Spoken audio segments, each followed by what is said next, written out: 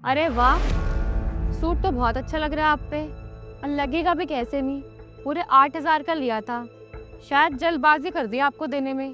खैर छोड़ो, मेरा क्या है, मैं तो नया ले लूँगी। आपकी तो औकात से भी बाहर है। जारा, कभी तो सोच समझ के बोल लिया कर। सामने वाले को भी हर्ट हो सकता है ना। ओहो! गुस्सा आ गया दीदी को। तेवर तो ऐसे दिखा रही हो जैसे किसी अंबानी की बेटी हो। आपका पति कुछ कमाता तो है नहीं और आप अनपढ़। मेरे पति के टुकड़ों पे पल रहे हो। कम से कम इतनी बातें सुनने की हिम्मत तो रखो।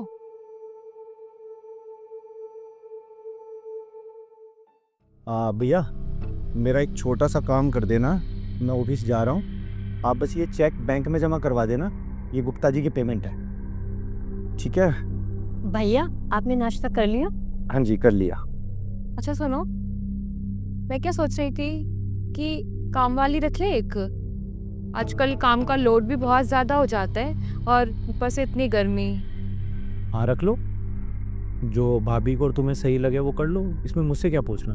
पर काम वाली आजकल बहुत नखरे दिखाती है, ऊपर से पेमेंट भी ज़्यादा मांगती है और भरोसा भी तो नहीं होता ना, चोरी का डर भी रहता है। अगर आप बुरा ना मानो तो दीदी को कह दे कि दीदी कर लेंगी सारा काम। जो पैसे हम बाहर देंगे वो पैसे इन्हीं दे देंगे। अरे, ये किस तरह की बात कर रही हो तुम? एक बार सोच कर देखो, पूरा टाइम तो दीदी फ्री रहती हैं। हराम का खाने से अच्छा है कुछ काम करके खा लेंगी। और मैं कोई बाहर काम करने के लिए थोड़ी कह रही हूँ, घर की इज्जत है, घर में ही रहेगी। देवर जी, ऐसे हम दोनों कितने बोझ बन गए हैं, जो अपने ही घर में अपनों को नौकर बनाया जा रहा है। और आप इसे समझाते क्यों नहीं हो? मतलब बोलने से पहले ये भी नहीं सोच रही है कि रिश्ता भी क्या है, कुछ शर्म है नहीं है? वैसे कुछ गलत तो नहीं बोल रही है भाभी। आप और भैया फ्री रहते हैं और भैया तो किसी काम के है ही नहीं। नहीं, आप खुद बताओ। मैं तो आलस ही कहूँगा इसको। अरे ऐसा क्या भाई जो इनको नौकरी मिल ही नहीं रही है? और ऐसी कौन सी बीमारी है जो ये पूरा दिन बेड पे पड़े रहते हैं? अभी भी बेड पे बैठे हैं, 9 बज गए हैं सुबह के। इंसान को काम तभी तो मिलेगा जब वो बाहर जाएगा, या घर पे बैठे बैठे सब मिल जाएगा? देखो भाभी, आप दोनों को जो सही लगे वो करो। ज़ारा समझदार है, अगर उसने कोई डिसीजन लिया है तो सोच समझ के लिया होगा। पर मुझे टेंशन देना बंद करो। नहीं मतलब मैं बाहर इतना परेशान हूँ, ऊपर से घर में भी। लो चेक दे दो, मैं खुद ही जमा कर लूंगा। आप अच्छे से एंजॉय करो।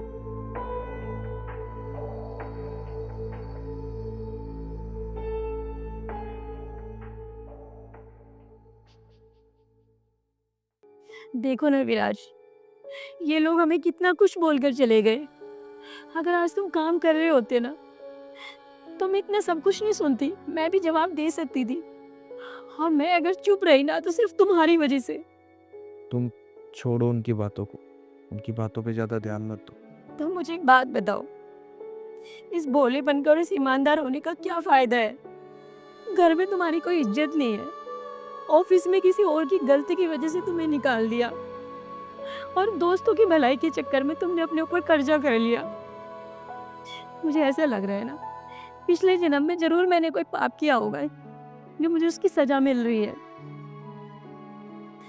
मैं तो इन लोगों के टॉर्चर से ना बहुत परेशान हो गई हूँ। कई बार तो मुझे ऐसे लगता है कि इनसे टॉर्चर होने से तो अच्छा है सुसाइड कर लूँ, सुसाइड कर लूँ। प्लीज़ तुम रो मत, रो मत तुम, प्लीज़। मैं सब ठीक कर दूंगा, रो मत तुम। प्लीज़ रोना बंद करो, सो जाओ आराम से, मैं सब ठीक कर दूंगा।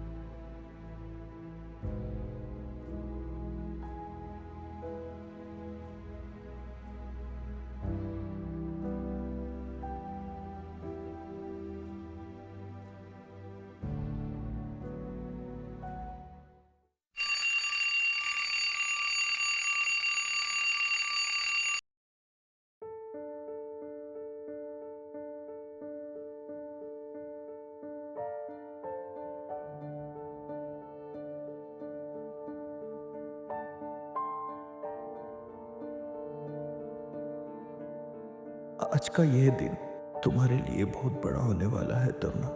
कुछ दिन तकलीफ होगी पर फिर सब अच्छा हो जाएगा। मुझ पर भरोसा रखो। जो मेरे जीते जी मैं नहीं कर पाया, मेरे जाने के बाद सब अच्छा हो जाएगा। मुझे ढूंढना मत, मेरे लिए परेशान मत होना। मैं बहुत दूर जा चुका हूँ, जहाँ से कभी कोई लौट कर नहीं आता। मेरी अच्छी यादों को याद रखना, और मेरी मौत का कारण कोई नहीं है। किसी से नफरत मत करना। मेरी मौत का कारण है मैं खुद। मेरी बेरोजगारी, मेरा सीधापन, भोलापन, मेरी ईमानदारी इस समाज में फिट नहीं होती। इस समझदार दुनिया में मेरे जैसे बेवकूफ़ का कोई काम नहीं है। मुझे माफ़ कर देना, तुम्हारा गुनहगार हूँ मैं, मुझे माफ़ कर देना। अच्छा एक बात बताओ मुझे, ये जो हर महीने तुम ईएमआई भरती हो लाइफ इंश्योरेंस की, इसके फायदे क्या क्या हैं? मुझे तो ये बेवजह वेस्ट ऑफ मनी लगता है। ओफो, भगवान न करे किसी दिन हमें कोई मेडिकल इमरजेंसी की जरूरत पड़े, या फिर तुम्हें कुछ नहीं नहीं मतलब मुझे कुछ हो जाए, तो उसे ना तुम्हें बहुत सारे पैसे मिलेंगे। फिर तो वो एक अच्छी सी लड़की ढूंढना, उससे शादी करना और अपनी लाइफ में खुश रहना। अच्छा, तो फिर तो टाइम पे भरती रहना ईएमआई तुम। अच्छा बताऊँ भी? मजाक कर रहा हूँ। मजाक था तो सही है। वैसे तो मेरी उम्र भी तुम्हें लग जाए, बहुत प्यार करता हूँ तुमसे।